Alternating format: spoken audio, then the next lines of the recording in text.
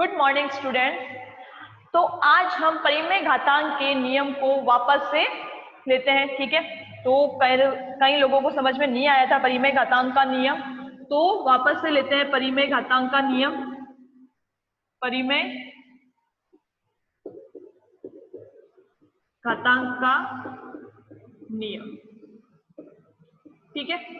तो क्या कहता है परिमेय घातांक का नियम कि किसी भी क्रिस्टल के फलक के लिए, किसी भी क्रिस्टल के फलक के लिए जब क्रिस्टलोग्राफिक एक्सिस पर हम अंतःखंड बनाते हैं तो वो अंतःखंड जो है वो या तो इकाई इंटरसेप्ट या मतलब अंतःखंड, इकाई अंतःखंड या उनके पूर्ण गुणज के बराबर हो गया, पूर्ण संख्या के गुणज के बराबर होंगे।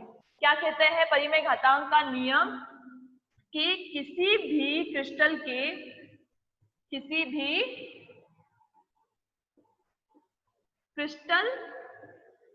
फलक के लिए या फेस के लिए, किसी भी क्रिस्टल के फलक के लिए या फेस के लिए जब क्रिस्टलोग्राफिक एक्सिस पर, जब क्रिस्टलोग्राफिक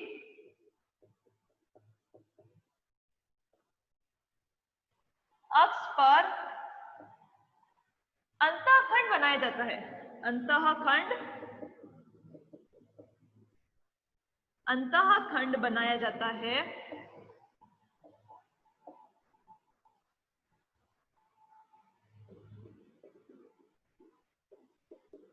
तो यह अंतःखंड या तो इकाई अंतःखंड ए बी सी, इकाई अंतःखंड, तो यह अंतःखंड इकाई अंतःखंड यानी कि यूनिट इंटरसेप्ट, इकाई अंतःखंड ए बी सी के बराबर होंगे, या तो इकाई अंतःखंड के बराबर होंगे या इनके पूर्ण संख्या के गुणक के बराबर होंगे, या इनके पूर्ण संख्या के गुणक के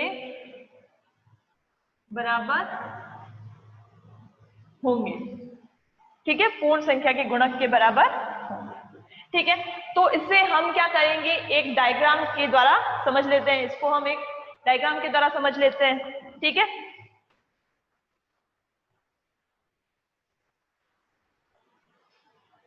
इसको हम एक डायग्राम के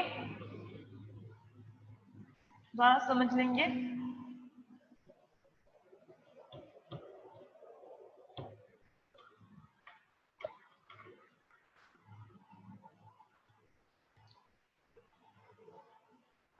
ठीक है, तो ये हमने क्या ली है, 3 क्रिस्टलोग्राफिक एक्सिस ली है, ठीक है। ये एक्स एक्सिस, ये वाई एक्सिस और ये क्या है, जेड एक्सिस, ठीक है।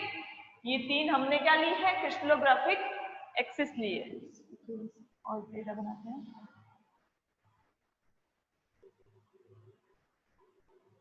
एक्स एक्सिस, ठीक है। ये हमने 3 एक्सिस ली है, ठीक है। अब ये इन क्रिस्टलोग्राफिक एक्सिस पर 2 तल बनाते हैं अपन, 2 क्या करते हैं, 2 तल बनाएंगे,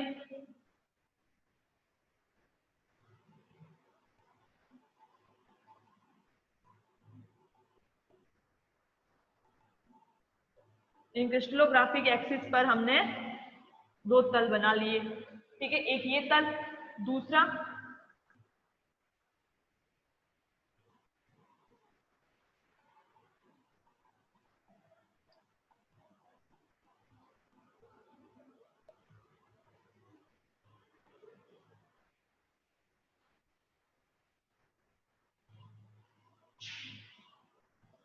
ठीक है। 2 तल बना लिए अपन ने क्रिस्टलोग्राफिक एक्सिस पर, एक तो है ए, ये बी सी, ठीक है, ये KLM, ठीक है। तो क्रिस्टलोग्राफिक एक्सिस पर अपन ने 2 तल बना लिए। अब अगर हम इंटरसेप्ट की बात करें, यानी कि अंतःखंड की बात करते हैं, इंटरसेप्ट यानी कि अंतःखंड, उसकी बात करते हैं, तो यहाँ अपन इस डायग्राम में अंतःखंड ड्रॉ करते हैं। तो सबसे पहले अपन, ये क्या है, O है, ये क्या है, O बिंदु है, मूल बिंदु O है, ठीक है। तो हम क्या करेंगे, ये क्या है, ये A है, ये B है, ये जो O से B तक A B, ये O से A तक A, और O से C तक क्या है, ये C है, ठीक है। अब अगर हम इस डायग्राम में अंतःखंड बनाते हैं, इस डायग्राम में अंतःखंड बनाते हैं, तो सबसे पहले हम OX एक्सिस की बात करते हैं, OX एक्सिस की बात करते हैं, ठीक है। तो इस पर बनाया गया ये पहला अंतःखंड, ठीक है, और ये कौन सा है, दूसरा अंतःखंड। OX एक्सिस पर अपन ने 2 अंतःखंड बना लिए। इसी तरह OY एक्सिस पर ये पहला अंतःखंड, ये दूसरा अंतःखंड, ठीक है। इसी तरह OZ एक्सिस पर ये पहला अंतःखंड, ये दूसरा अंतःखंड, ठीक है।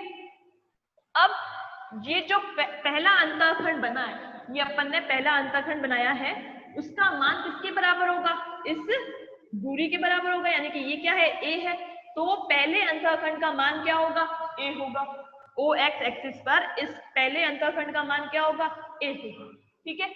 और इस दूसरे अंतःखंड का मान क्या हो जाएगा, ये क्या, जैसे इसका दुगुना है, तो ये क्या हो जाएगा, 2A। इस दूसरे अंतःखंड का मान क्या हो जाएगा, 2A। पहले अंतःखंड का मान क्या है, A, दूसरे अंतःखंड का मान क्या है, 2A। इसी तरह से OY एक्सिस पर लेते हैं अपन, ठीक है। तो पहला अंतःखंड ये है, ये दूसरा अंतःखंड है, तो पहले अंतःखंड का मान क्या है, B, ठीक है, और दूसरे अंतःखंड का मान क्या हो जाएगा, 2B। इसका क्या है, दुगुना है, पहले अंतःखंड का दुगुना है दूसरा अंतःखंड, ठीक है। और इसी तरह से OZ एक्सिस पर ये जो पहले अंतःखंड का मान क्या होगा, C, और दूसरे अंतःखंड का मान होगा 2C, ठीक है। तो यही कहता है परिमेय घातांक का नियम कि किसी भी क्रिस्टल के लिए, जब हम किसी भी क्रिस्टल के फलक के लिए जब हम क्रिस्टलोग्राफिक एक्सिस पर अंतःखंड बनाते हैं, किसी भी क्रिस्टलोग्राफिक एक्सिस पर जब हम क्या करते हैं, अंतःखंड बनाते हैं, तो ये जो अंतःखंड है, या तो यूनिट इंटरसेप्ट यानी कि इकाई अंतःखंड ABC, ये जो पहला अंतःखंड है, उस किसके बराबर है, OX एक्सिस पर पहला अंतःखंड A के बराबर है, OY एक्सिस पर पहला अंतःखंड B के बराबर है, OZ एक्सिस पर पहला अंतःखंड जो है वो C के बराबर है। तो क्रिस्टलोग्राफिक एक्सिस पर बनाए गए अंतःखंड, जब अंतःखंड बनाया जाता है, तो वो अंतःखंड जो है वो या तो इन इकाई अंतःखंड ABC के बराबर होगा, या इनके पूर्ण गुणक के बराबर होगा। ये दो, आगे 2 लिखा हुआ है, 2A है, ये 2 क्या, एक पूर्ण संख्या है, तो इनके पूर्ण संख्या के गुणज के बराबर होगा, ठीक है। दूसरे वाले अपन अगर तल की बात करते हैं, तो दूसरे वाले इंटरसेप्ट का मान क्या है, 2A है। यहाँ पे दूसरे OY एक्सिस पर दूसरे वाले इंटरसेप्ट का मान क्या है, 2B है, और यहाँ पे OZ एक्सिस पर दूसरे वाले इंटरसेप्ट का मान क्या है, 2C है। तो इंटरसेप्ट का मान जो है वो या तो इकाई अंतःखंड ABC के बराबर होगा, ठीक है, ये जो पहला अंतःखंड है ना, ये या तो इसकी इन दोनों के बराबर होगा, या अंतःखंड इनके पूर्ण गुणक के बराबर होगा। ये कहता है परिमेय घातांक का नियम, ठीक है। यही परिमेय घातांक का नियम है कि अंतःखंड या तो इकाई अंतःखंड ABC के बराबर होगा, या इनके पूर्ण गुणक के या पूर्ण संख्या के गुणज के बराबर होगा। यही है परिमेय घातांक का नियम, ठीक है। इसी तरह से अपन एक और, इसके लिए 20 घातांक क्या हो जाएगी, इसके लिए 20,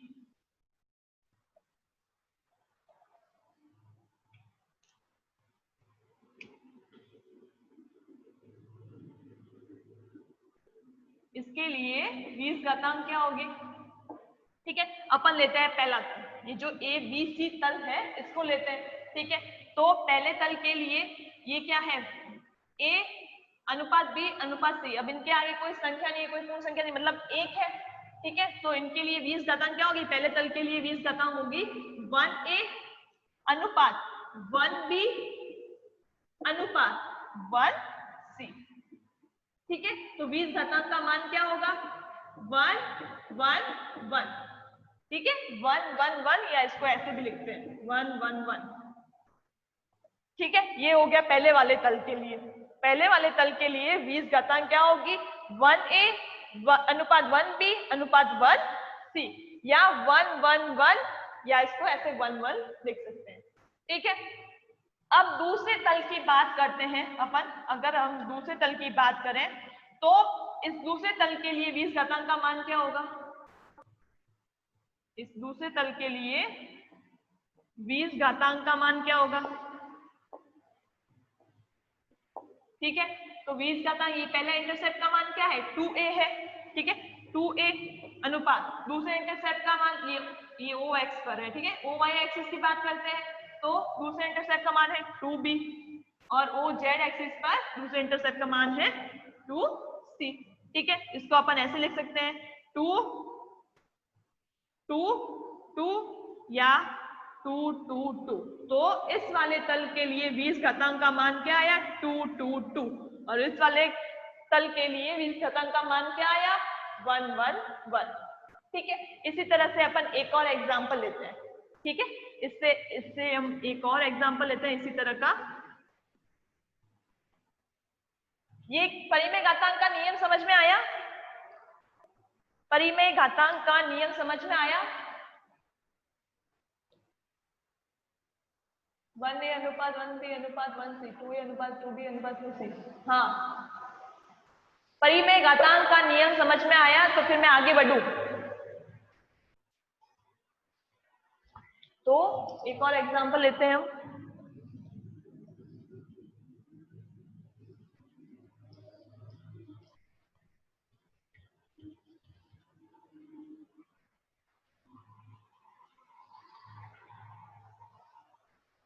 जैसे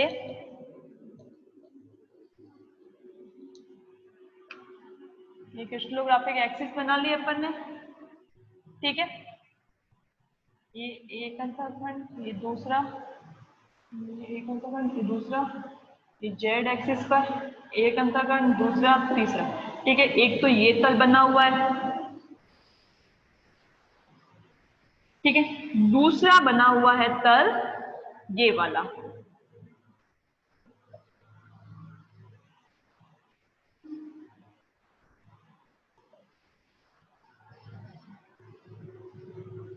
ठीक है, एक ये तल बना हुआ है, एक तल बना हुआ है ये वाला। ठीक है, अब इसको भी अपन ए बी सी नाम दे देते हैं। ये के, ये एल, ये एफ। ठीक है, तो अब इस तल के लिए क्या होगी? इस तल के लिए 20 घातांक क्या होगा? मानना ये ए है, ये बी है, और ये क्या है? सी है।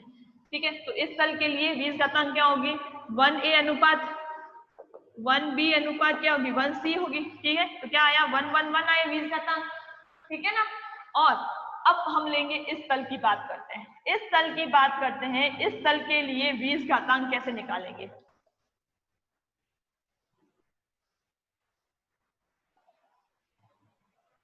इस तल के लिए, जो बड़ा वाला तल है, इसके लिए कैसे निकालेंगे?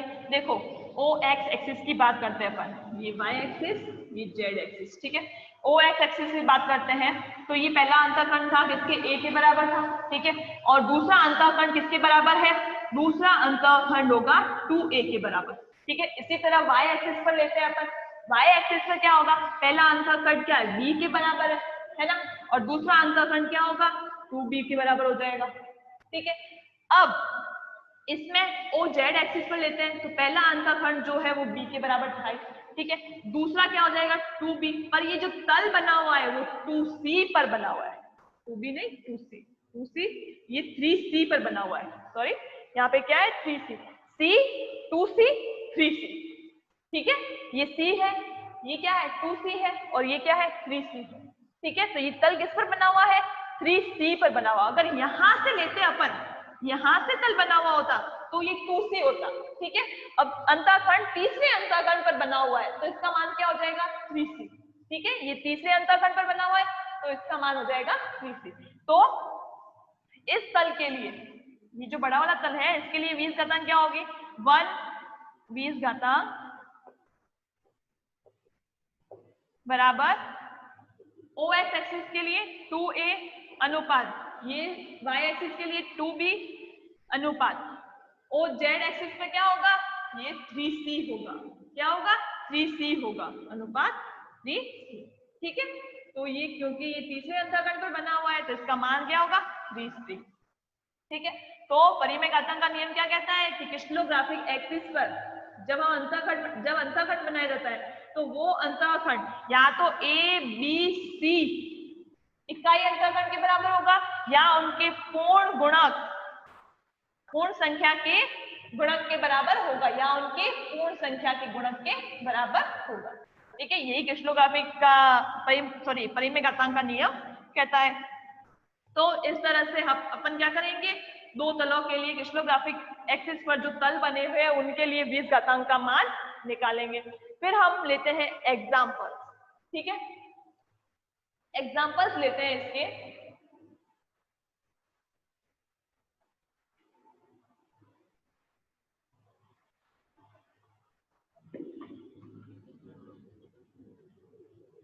एग्जाम्पल्स लेंगे इसके, एग्जाम्पल से और अच्छे से समझ में आ जाएगा तुम लोगों को।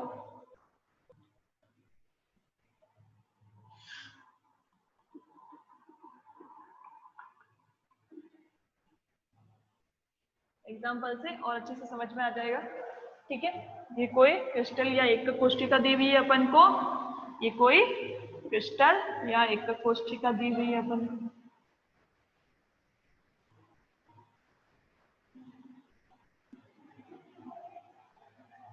तल अपन को कौन सा दिया हुआ है इसके अंदर, अपन को ये वाला तल दिया हुआ है।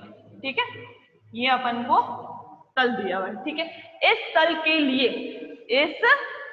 लिए एक्सिस बना लेंगे अपन। ठीक है, ये क्या है, मूल बिंदु, ये क्या हुई, एक्स एक्सिस, ये है एक्स एक्सिस। ठीक है, ये है वाई एक्सिस और ये कौन सी हो गई, जेड एक्सिस। ठीक है, ये वाला तल दिया है, इस तल के लिए अपन को क्या निकालनी है, 20 घातांक निकालनी है। ठीक है, ये y एक्सिस है, ये x एक्सिस, ये z एक्सिस। अब सबसे पहले तो अपन ये देखते हैं कि ये जो तल है, इस तल को x एक्सिस तो स्पर्श कर रही है, x एक्सिस इसके संपर्क में है या इस तल के संपर्क में है ना, डायरेक्टली संपर्क में ये x एक्सिस इस तल के। ठीक है, तो इसके लिए तो मान होगा 1। लेकिन ये जो y एक्सिस है और ये z एक्सिस जो है वो इस तल के संपर्क में नहीं है या इस तल को डायरेक्टली स्पर्श नहीं कर रही है ना, तो इनके लिए b और c का मान क्या होगा, अनंत होगा। इसके लिए a का मान x एक्सिस पर a का मान क्या होगा, 1 होगा। इनके लिए b y एक्सिस पर b का मान क्या होगा, अनंत, और z एक्सिस पर भी क्या होगा, अनंत होगा, क्योंकि ये दोनों जो है, दो एक्सिस y और z एक्सिस जो है वो इस तल को डायरेक्टली स्पर्श नहीं कर रही है, तो इनका मान क्या होगा, अनंत होगा। ठीक है, तो अब इसके लिए 20 घातांक क्या निकलेगी, 20 घातांक क्या होगी, x एक्सिस पर 1a अनुपात अनंत b हो जाएगा, 1a अनुपात क्या हो जाएगा, y एक्सिस पर अनंत b, और z एक्सिस पर भी क्या होगा, अनंत b अनुपात अनंत c। ठीक है, तो ये होगी इसकी 20 घातांक, 1 अनंत अनंत, 1 अनंत अनंत। ठीक है, ये होगी इसकी 20 घातांक। ठीक है, इस एग्जाम्पल के लिए 20 घातांक क्या होगी, 1a अनंत b अनंत c। ठीक है, 1 अनंत अनंत आ गई इसकी 20 घातांक। इसी तरह से अपन एक और एग्जाम्पल लेते हैं, इसी तरह का अपन एक और एग्जाम्पल लेते हैं।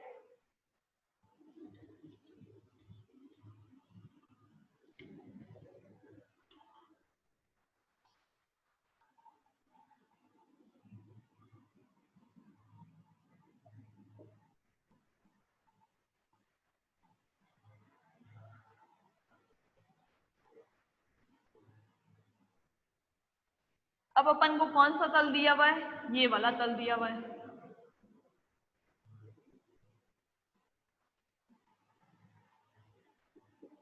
ठीक है, दिख रहा है, ये वाला तल दिया हुआ है अपन को, ये वाला।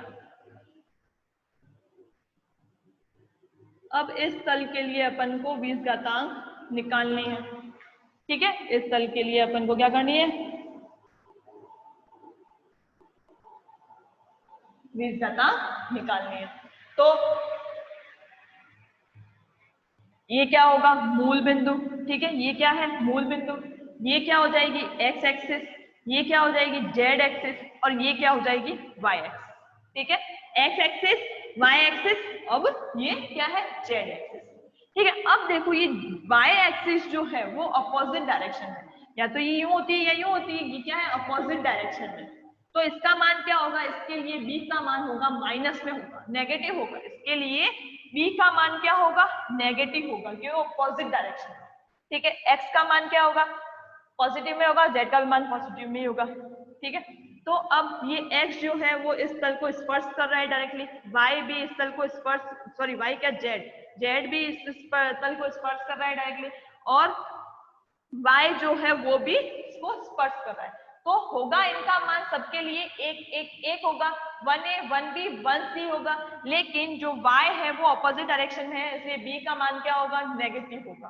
तो 1a माइनस 1b अनुपात 1c क्या आया, 1 माइनस 1 1 1 माइनस 1 1। ठीक है, तो इस उदाहरण के लिए बीजघातांक क्या आई अपने पास, 1 माइनस 1 और 1, 1 माइनस 1 और 1 आई। ठीक है,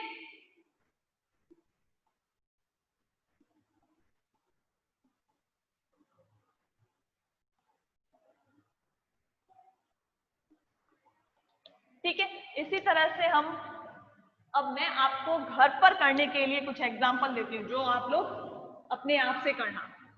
ठीक है, अपने आप से करना, एग्जाम्पल्स मैं देती हूँ आप लोगों को।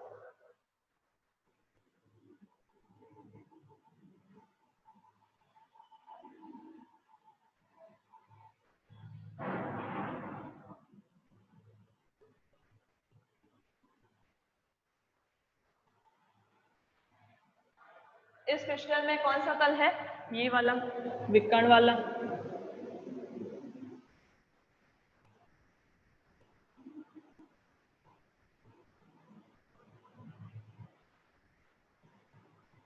ये तल दिया हुआ है। ठीक है, इस तल के लिए क्या निकालना है आपको, बीजघातांक का मान निकालना है। इस तल के लिए आपको बीजघातांक का मान निकालना है। ठीक है, तो मूल बिंदु ये दिया हुआ है यहाँ से। ठीक है, यहाँ से एक्सिस निकालनी है। ठीक है, तो इसके लिए बीजघातांक निकाल के आना। पर एक और एग्जाम्पल देती हूँ मैं,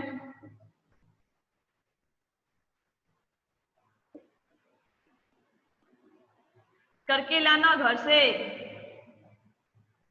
कल मैं पूछूंगी। ठीक है, एक ये वाला तल है, इसके लिए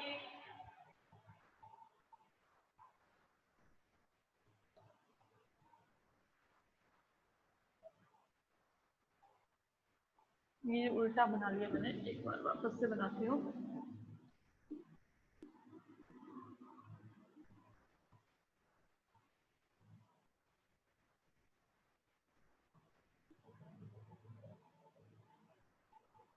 ठीक है, ये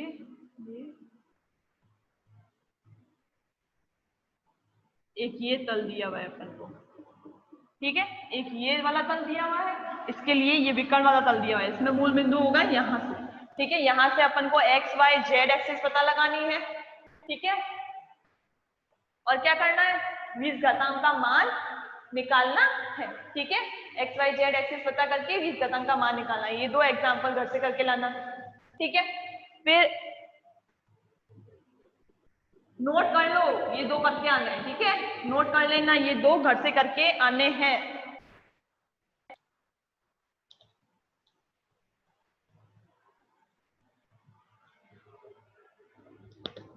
फिर एक और एग्जाम्पल लेते हैं।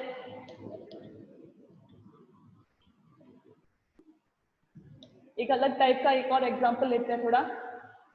ठीक है, इस टाइप के दो एग्जाम्पल मैंने करवाए और दो आपको घर करने के लिए दिए, घर पे करने के लिए। अब एक और अलग टाइप का एग्जाम्पल लेते हैं।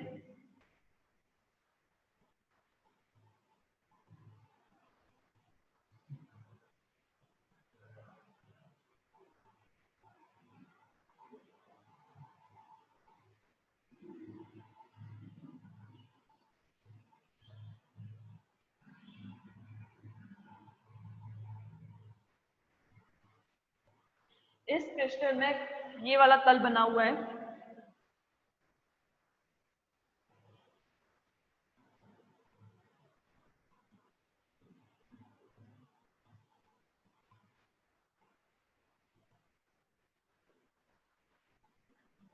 ठीक है। इस तल के लिए क्या करना है अपन को, इस तल के लिए अपन को निकालनी है 20 घातांक निकालनी है, ठीक है। इस तल के लिए अपन को क्या करनी है, 20 घातांक निकालनी है, ठीक है। तो ये मूल बिंदु ये हो जाएगा, ये एक्स एक्सिस, ठीक है, ये हो जाएगी वाई एक्सिस और ये जेड एक्सिस, ठीक है। ये एक्स एक्सिस, ये वाई एक्सिस और ये क्या है, जेड एक्सिस है, ठीक है। अब पहले तो y और z को देखते हैं। ये जो y एक्सिस है वो इस तल को स्पर्श नहीं कर रही है, तो इसके लिए मान क्या होगा, अनंत होगा, है ना। ये z भी इस तल को स्पर्श नहीं कर रही है डायरेक्टली, ठीक है। ये तो z एक्सिस ये है, ये y एक्सिस ये है, ये दोनों ही क्या कर रहे हैं, इस तल को स्पर्श नहीं कर रहे, तो इनके लिए y के लिए b का मान क्या होगा, अनंत होगा, और z एक्सिस पर c का मान क्या होगा, अनंत होगा। अब देखते हैं x एक्सिस की बात करते हैं। अब x एक्सिस इस तल को छू रही है, ये थोड़ा इसके हाफ पर बना हुआ है, ठीक है। इस तल को मैं वापस से बनाती हूँ,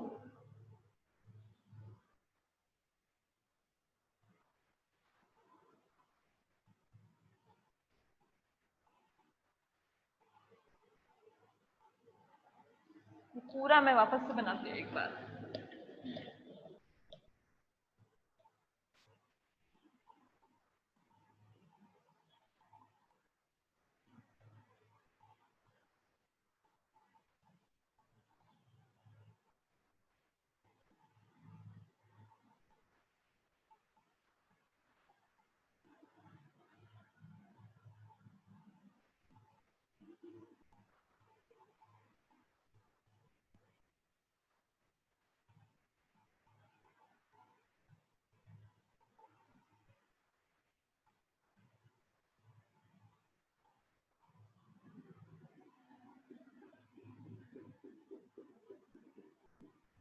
ठीक है, ये है ओ मूल बिंदु, ये एक्स एक्सिस, ये वाई एक्सिस, ये जेड एक्सिस। तो इन दोनों वाई के लिए वाई एक्सिस पर बी का मान क्या होगा, अनंत होगा, और जेड के लिए सी का मान क्या होगा, अनंत होगा, ठीक है। जेड के लिए सी का मान क्या होगा, अनंत होगा। बट अब एक्स अक्ष की बात करें या एक्स एक्सिस की बात करें, तो ये जो तल है वो एक्स एक्सिस के क्या, हाफ पर है, एक्स एक्सिस के हाफ पर बना हुआ है। ये एक्स एक्सिस है, ठीक है, और इस एक्स एक्सिस पर ये जो तल है वो एक्स एक्सिस के क्या है, हाफ पर बना हुआ है। तो ए का मान क्या होगा, हाफ होगा, 1/2 ए होगा, 1/2 ए होगा, ठीक है। वाई एक्सिस तो इस तल को स्पर्श नहीं करी, तो वाई एक्सिस पर बी का मान क्या होगा, अनंत होगा। जेड एक्सिस पर भी सी का मान क्या होगा, अनंत होगा। लेकिन एक्स अक्ष पर जो ये तल है वो एक्स अक्ष पे हाफ पर बना हुआ है, तो यहाँ पे ए का मान क्या हो जाएगा, हाफ हो जाएगा। तो इसके लिए 20 घातांक का मान क्या आया, हाफ ए अनुपात अनंत बी अनुपात अनंत सी, ठीक है। तो हाफ अनंत अनंत, ये क्या हो जाएगी, 20 घातांक हो जाएगी इस तल के लिए या इस उदाहरण के लिए, ठीक है। तो क्या आई इसके लिए 20 घातांक, हाफ अनंत अनंत, ठीक है, हाफ अनंत अनंत। अब इसी तरह का मैं एग्जाम्पल और लेती हूँ, वो आपको घर से करके लाना है, ठीक है। एक और एग्जाम्पल लेती हूँ मैं।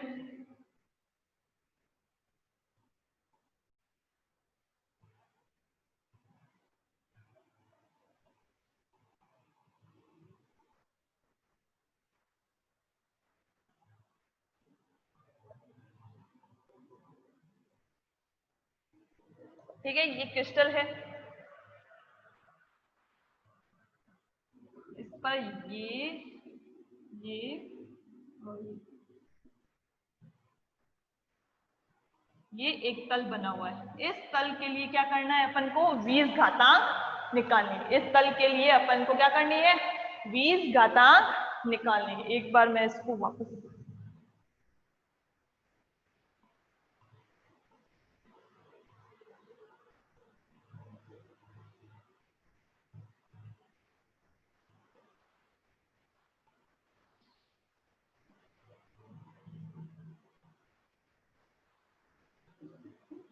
ठीक है, इस तल के लिए क्या करना है अपन को, 20 घातांक निकालने हैं। ये क्या है, एक्स एक्सिस हो जाएगी, ये वाई और ये जेड। ठीक है, ये तीनों ही क्या है, हाफ हाफ पर है, तीनों ही एक्सिस के ये तल जो है वो तीनों ही एक्सिस के हाफ हाफ पर है, तो इस हिसाब से 20 घातांक निकालने हैं। ये एग्जाम्पल भी आपको घर से करके लाना है, नोट कर लेना, इस एग्जाम्पल को घर से करके लाना है, मैं पूछूंगी भी कल। ठीक है, फिर ये तो हो गई 20 घातांक। ठीक है, नेक्स्ट आता है अपने मीलर घातांक। मीलर घातांक को अपन क्या करेंगे, नेक्स्ट क्लास में पढ़ेंगे। मीलर घातांक नेक्स्ट क्लास में पढ़ेंगे।